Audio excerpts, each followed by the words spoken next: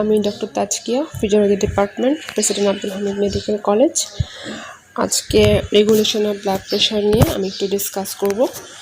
আর blood pressure বলতে আমরা আসলে আর্টারিয়াল ব্লাড প্রেশারটা কি বুঝি। সিস্টেমিক আর্টারিয়াল ব্লাড প্রেশার সেটা রেগুলেট হয় মেইনলি তিনটা term: short term regulation, intermediate term regulation, long term regulation.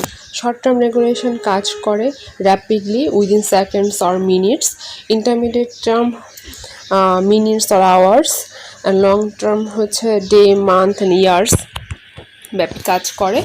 At first short term regulation যেটা র্যাপিডলি কাজ করে, সেটা তিনটা মেকানিজমে কাজ করবে: ব্যারোরিসেপ্টর ফিডব্যাক মেকানিজম, কেমন receptor feedback mechanism, central nervous system ischemic mechanism. এগুলো র্যাপিডলি কাজ করে এবং এদের কাজগুলো পাওয়ারফুল কাজ হয়। প্রথমেই হচ্ছে ব্যারোরিসেপ্টর ফিডব্যাক মেকানিজম। প্রথমে জানতে হবে হোয়াট ইজ দ্য ব্যারোরিসেপ্টরস। ব্যারোরিসেপ্টরস হচ্ছে স্ট্রেস রিসেপ্টর, যেগুলো হচ্ছে স্প্রে টাইপ নার্ভ এন্ডিং, থাকে হচ্ছে হার্টের ওয়ালে এবং আর্টারির ওয়ালে। হার্টের রাইট এট্রিয়াতে যেখানে সুপিরিয়র এবং ইনফিরিয়র ভেনা ক্যাভা এন্ট্রেন্স করবে, এবং wall of the left atria pulmonary circulation, যাদেরকে আমরা volume receptor, low pressure baroreceptor, cardio pulmonary receptor নামেও নামকরণ করে থাকি। এছাড়া লার্জ আর্টারিসের মধ্যে অ্যাওর্টিক আর্চ এবং ক্যারোটিড সাইনাসে থাকবে। ক্যারোটিড সাইনাস আসলে হচ্ছে একটা small dilatation of internal carotid artery just above the bifurcation of the common carotid artery into external এবং ইন্টারনাল ক্যারোটিড ব্রাঞ্চেস। তাদেরকে আমরা arterial baroreceptors, high pressure baroreceptor এই নামে নামকরণ করে থাকি। Carotid sinus baroreceptor 0 to 50 to 60 millimetre of mercury above excited হবে, এর নিচে হবে না, এবং সেটা ম্যাক্সিমাম 180 মিলিমিটার অফ মার্কারি পর্যন্ত কাজ করতে পারে। এবং সেখান থেকে signal nucleus of tractus of solitarius of মেডুলাতে যাবে through small hearing nerve to glossopharyngeal nerve. এবং অ্যাওর্টিক ব্যারোরিসেপ্টর হচ্ছে স্টিমুলেটেড হবে যখন blood pressure 30 millimetre of mercury থেকে বেশি থাকবে, এবং সেখান থেকেও signal nucleus of tractus solitarius of মেডুলাতে যাবে থ্রু ভ্যাগাস নার্ভ। এই ফিগারে হচ্ছে আমরা ব্যারোরিসেপ্টর লোকেশন দেখানোর চেষ্টা করেছি। রিফ্লেক্সটা আমরা ডিসক্রাইব করবো এভাবে: যখন ব্লাড প্রেশারটা 60 to 180 মিলিমিটার অফ মার্কারির মধ্যে থাকবে, তখন আমাদের ব্যারোরিসেপ্টর সিগন্যাল ডিটেক্ট করতে পারবে। ব্লাড প্রেশার বাড়লো, স্ট্রেস রিসেপ্টরগুলো স্টিমুলেটেড হলো, এবং সেখানে এফারেন্ট নার্ভের মাধ্যমে আমাদের মেডুলা নিউক্লিয়াস অফ ট্রাক্টাস সলিটরিসে যাবে ভায়া গ্লোসোফারেঞ্জিয়াল ভ্যাগাস নার্ভের মাধ্যমে। যাওয়ার পরে তারা আমার ভ্যাজোকনস্ট্রিক্টর এরিয়াকে ইনহিবিশন করবে এবং ভ্যাগাল প্যারাসিম্প্যাথিক সেন্টারটাকে স্টিমুলেশন দিবে। তার at first inhibition of vasoconstrictor area. Inhibition করার ফলে কি হবে, আমার ইন্টেরোমিডিও ল্যাটারাল গ্রেকোলামাস স্পাইনাল কর্ডে কোনো ইম্পালস, এক্সাইটেটরি ইম্পালস যাবে না। না গেলে আমার সিম্প্যাথেটিক ইনহিবিশন হবে, হলে আমার টোটাল পেরিফেরাল রেজিস্ট্যান্স ডিক্রিজ হয়ে ভ্যাজোডাইলেশন হবে এবং হার্টের ফোর্স অফ কন্ট্রাকশন কমে যাবে। দ্যাটস হোয়াই কার্ডিয়াক আউটপুট কমে যাবে এবং ব্লাড প্রেশার নর্মালি চলে আসবে। অ্যানাদার হ্যান্ড স্টিমুলেশন করবে ভ্যাগাল সিম্প্যাথেটিক সেন্টারটাকে। স্টিমুলেশন করার ফলে ভ্যাগাল টোনটা ইনক্রিজ হবে, ব্রাডিকার্ডিয়া হবে, কার্ডিয়াক আউটপুট কমে যাবে, ব্লাড প্রেশার নর্মালি চলে আসবে। এখন যদি ব্লাড প্রেশারটা কমে যায়, below the normal 60 millimetre of mercury হয়, তখন হচ্ছে ক্যারোটিড সাইনাস এবং অ্যাওর্টিক আর্চ রিসেপ্টর পটেনশিয়াল কমে যাবে এবং ফায়ারিং লেভেলটা কমে যাবে। যাওয়ার ফলে কি হবে, সিম্প্যাথেটিক কার্ডিয়াক নার্ভ অ্যাক্টিভিটি বেড়ে যাবে এবং ভ্যাজোকনস্ট্রিক্টর নার্ভ অ্যাক্টিভিটি বেড়ে যাবে, কিন্তু প্যারাসিম্প্যাথেটিক নার্ভ অ্যাক্টিভিটি আবার কমে যাবে। কমে যাওয়ার ফলে কি হবে, হার্ট রেট এবং স্ট্রোক ভলিউম বেড়ে যাবে এবং আর্টারিওলার ভেনাস ভ্যাজোকনস্ট্রিকশন হবে। তার ফলে কার্ডিয়াক আউটপুট এবং টোটাল পেরিফেরাল রেজিস্ট্যান্স বেড়ে যাবে। আমরা জানি blood pressure equal to cardiac output into total peripheral resistance. That's why blood pressure increase towards the normal. যেহেতু ব্লাড প্রেশার বেড়ে গেলে কমিয়ে দিচ্ছে এবং কমিয়ে গেলে বাড়িয়ে দিচ্ছে, এটা বাফার সিস্টেম বলে থাকি। সিস্টেমটাকে আমরা বাফার সিস্টেম বলি এবং যে নার্ভগুলো এখানে কাজ করে তাদেরকে বাফার নার্ভ বলে থাকি। এখন কিছু কন্ডিশন আছে, যেমন হেমোরেজ হলে যখন অল্প পরিমাণ মাইনর হেমোরেজ হবে তখন কিন্তু ব্লাড প্রেশার চেঞ্জ হবে না। কিন্তু যদি ব্লাড লসটা আমার মোর দেন 20% হয়ে যায় তখন কিন্তু ব্লাড প্রেশার ফল করে যাবে। আবার কোনো কারণে যদি ব্লাড আমরা ট্রান্সফিউশন করি এক্সেস পরিমাণ, তখন কিন্তু উল্টো রিভার্সলি কাজ করে ব্লাড প্রেশারটাকে নর্মালিতে নিয়ে আসবে। আবার আমরা শুয়ে আছি, দাঁড়িয়ে গেলাম হুট করে, তখন কি হয়, পোস্টার হাইপোটেনশন হয়, সেটাকেও মিনিমাইজ করে আমার ব্যারোরিসেপ্টর রিফ্লেক্সের মাধ্যমে স্ট্রং সিম্প্যাথেটিক ডিসচার্জ করে। আবার যদি আমার এই ভ্যাগান নার্ভটা কোনোভাবে কেটে দিই এক্সপেরিমেন্টাল অ্যানিমেলের ক্ষেত্রে, কিন্তু সেটা কেটে দেওয়ার পরেও কিন্তু ব্লাড প্রেশারটা বেড়ে যাবে, 300 সিস্টোলিক এবং ডায়াস্টোলিক 200 মিলিমিটার পর্যন্ত বেড়ে যেতে পারে, সেটা আনস্টেবল থাকবে। এই যে এক্সপেরিমেন্টাল হাইপারটেনশনটা হলো তাকে আমরা নিউরোজেনিক হাইপারটেনশন বলি। This is a special condition. Then chemoreceptor reflex জানার আগে কেমোরিসেপ্টর কি জানতে হবে। কেমোরিসেপ্টর হচ্ছে কেমোসেন্সিটিভ সেল, যেগুলো সেন্সিটিভ হচ্ছে carbon dioxide excess, hydrogen ion excess, কিন্তু অক্সিজেন লেভেল কমের ক্ষেত্রে তারা সেন্সিটিভ থাকে, এবং সেগুলো থাকে হচ্ছে ক্যারোটিড বডি এবং অ্যারোটিক বডিসে, এবং সেগুলোর সাইজ থাকে 2 মিলিমিটার ইন সাইজ, এবং সেখানে হচ্ছে ব্লাড ফ্লো খুব বেশি পরিমাণে থাকে, 1200 ml per minute per gram of tissue.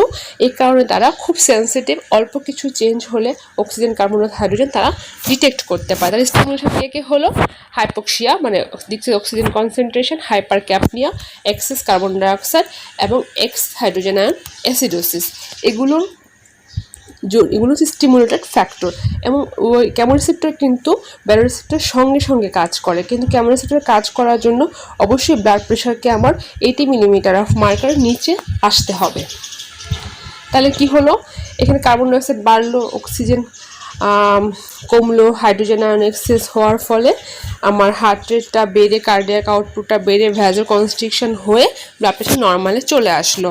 Blood pressure কমে যাওয়ার ফলে কি হলো, ব্লাড ফ্লোটা কমে গেল, স্ট্যাগনেশন হলো, অক্সিজেন ডেলিভারি কমে গেল, এবং হচ্ছে carbon dioxide uptake from tissue হলো না হওয়ার ফলে কি হবে, কার্বন ডাইঅক্সাইড এক্সেস হয়ে গেল।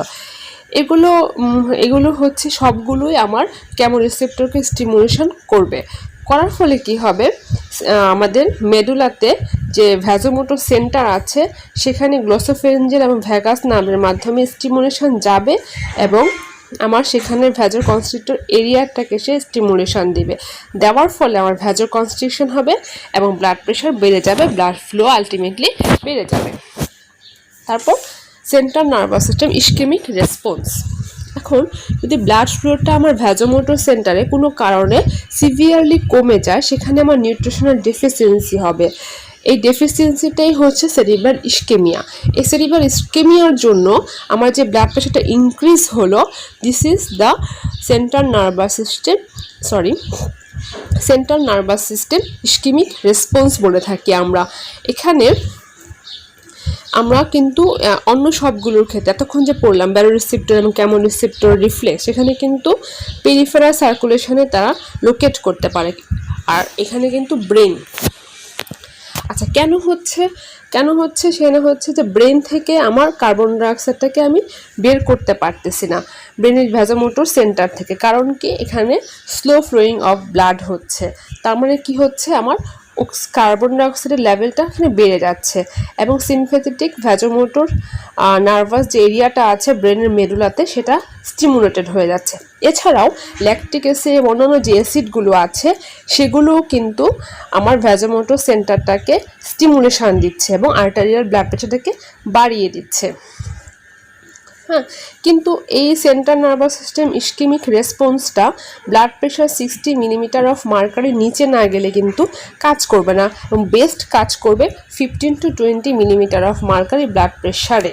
ঠিক আছে, তারপর হচ্ছে যদি কোনো কারণে আমার ব্লাড প্রেশারটা কমে গেল, সেরিব্রাল ইসকেমিয়া হলো, blood flow to the vasomotor centre of মেডুলাতে কমে গেল, সেখানে কার্বন ডাইঅক্সাইডের পরিমাণ বেড়ে গেল, ভ্যাজোকনস্ট্রিক্টর এরিয়া স্টিমুলেশন হয়ে সেখান থেকে সিম্প্যাথেটিক ডিসচার্জ বাড়বে, নরএপিনেফ্রিন রিলিজ হলো, ভ্যাজোকনস্ট্রিকশন হলো, ব্লাড প্রেশার বাড়ার ফলে আলটিমেটলি আমার সেরিব্রালের ব্লাড ফ্লোটা বাড়বে, ইসকেমিয়া রিলিভ হবে।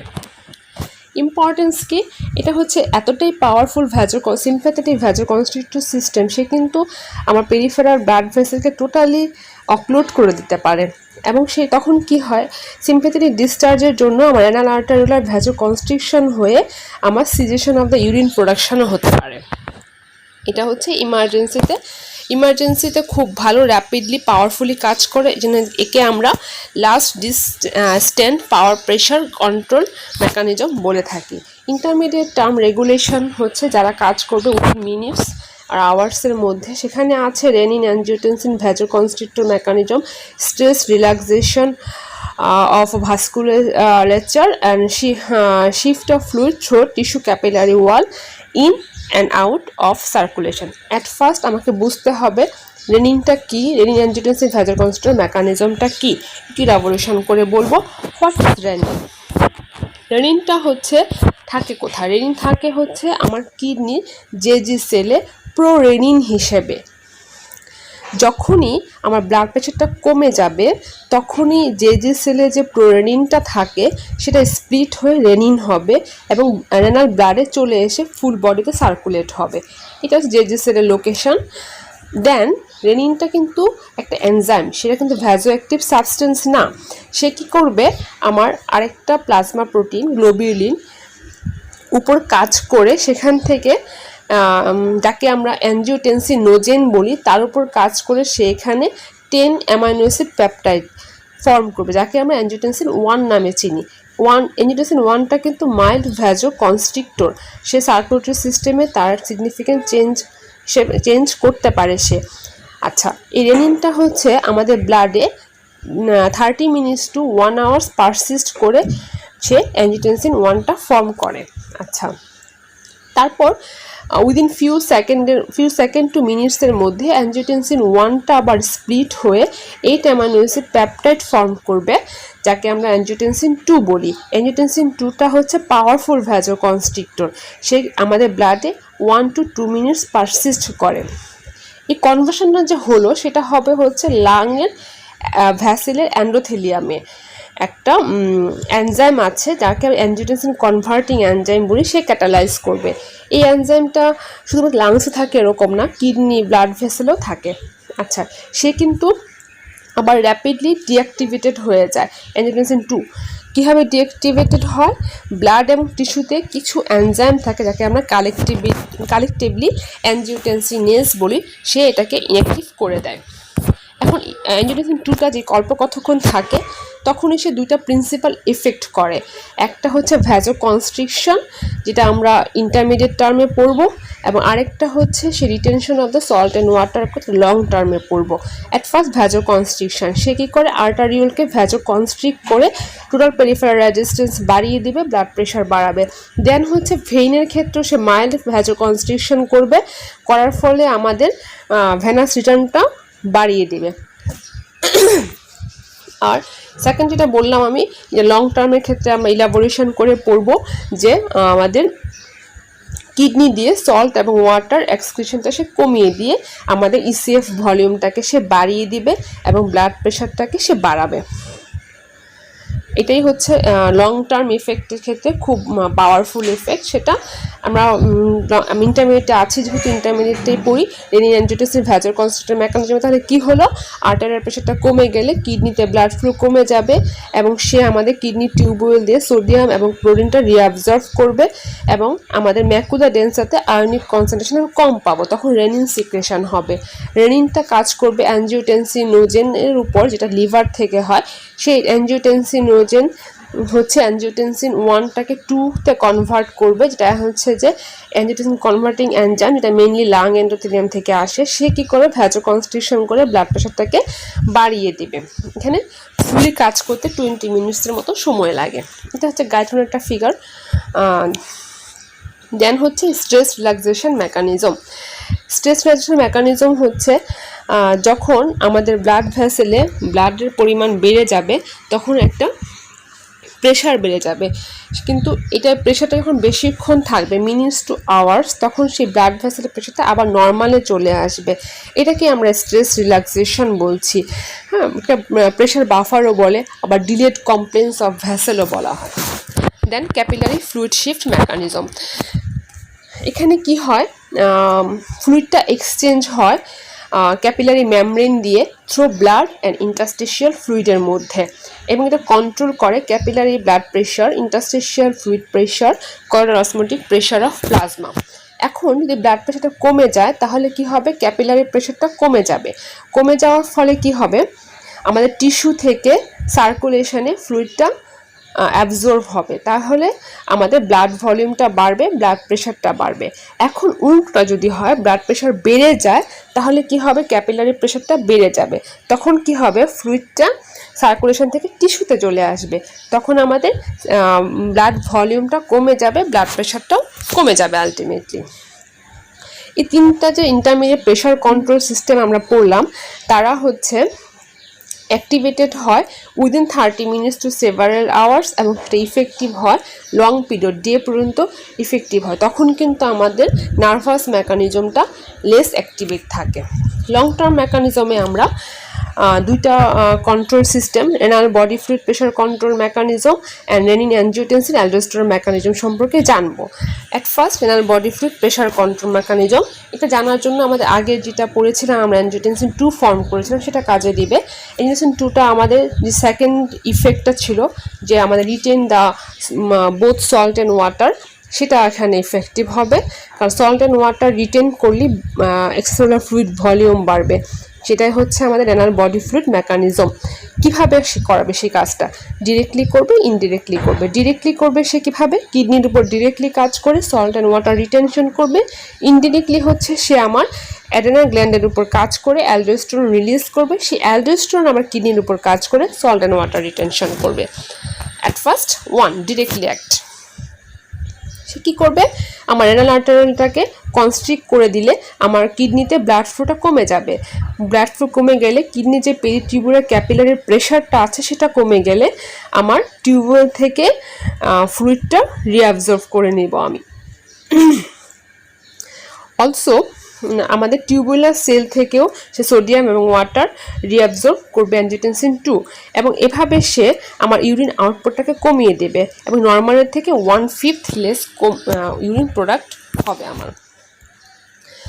এটা হচ্ছে যে কিছু ঘন্টা সময় নিবে তার সিগনিফিক্যান্স ইফেক্ট আসার জন্য, কিন্তু সে ফুলি আমাদের ব্লাড প্রেশারটাকে নর্মালে নিয়ে আসবে, আমাদের output salt and water output normal নিয়ে আসবে, এমন একটা গেইন কন্ট্রোল তৈরি করবে সে, যে আমার এটাকে ব্লাড প্রেশারটাকে ইকুয়াল টু ইনফিনিটি নিয়ে আসবে।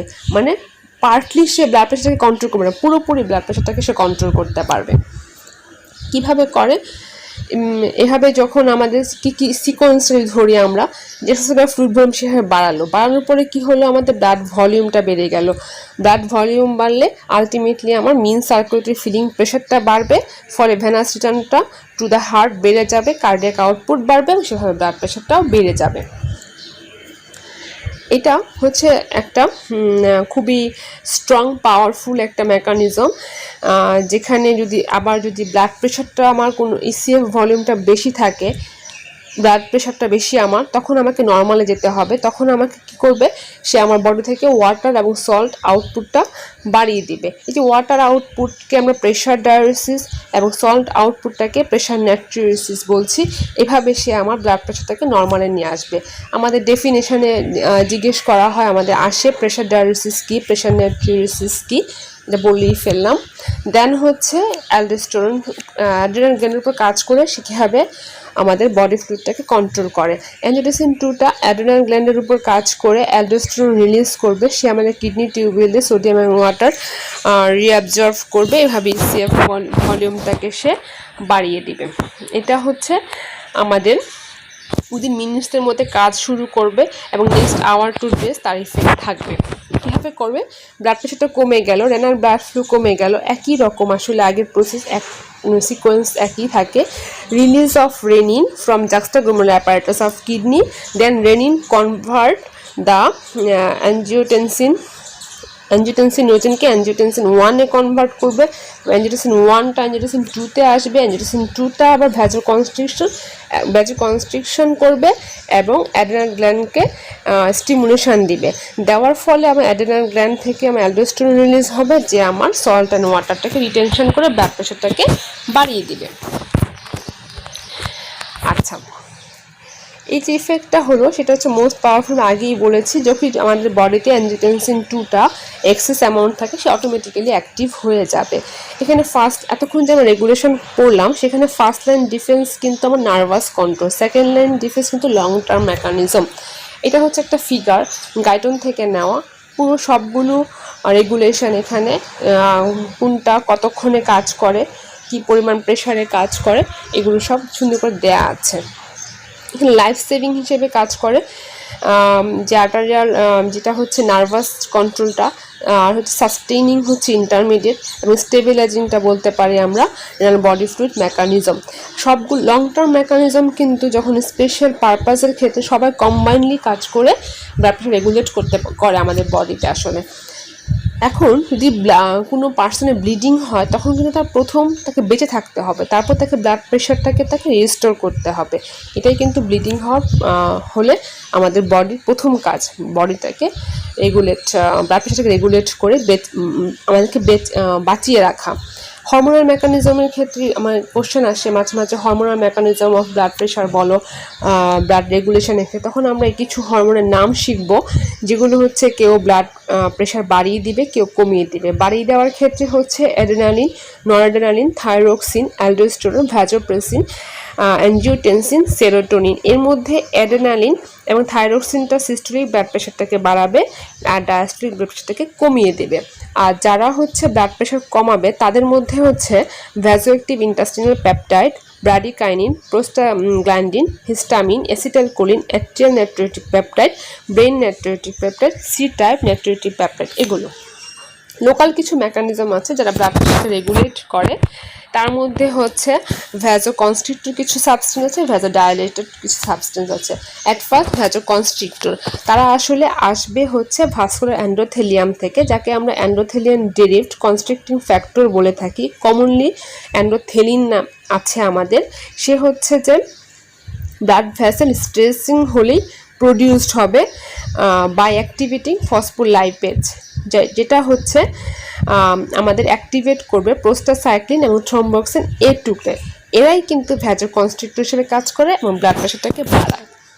আর ভ্যাজোডাইলেটরের মধ্যে আছে দুই ধরনের, vasodilator of metabolic origin and endothelial origin. Metabolic অরিজিনের ক্ষেত্রে আমরা carbon dioxide, lactate, hydrogen ion, adenosine এগুলোকে চিনি, এবং এন্ডোথেলিয়াল অরিজিনের ক্ষেত্রে নাইট্রিক অক্সাইডটাকে আমরা চিনি।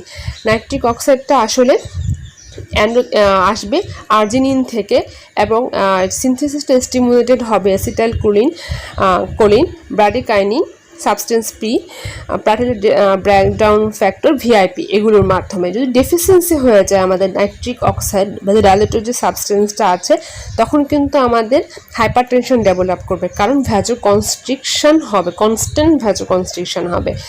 নাইট্রিক অক্সাইডে আরও কিছু কাজ আছে, যেমন মনে করো erection with vasodilation, engorgement of corpora cavernosa, activation of macrophage in vein, destruction of the cancer cells, and relaxation of smooth muscle of GIT. Thank you.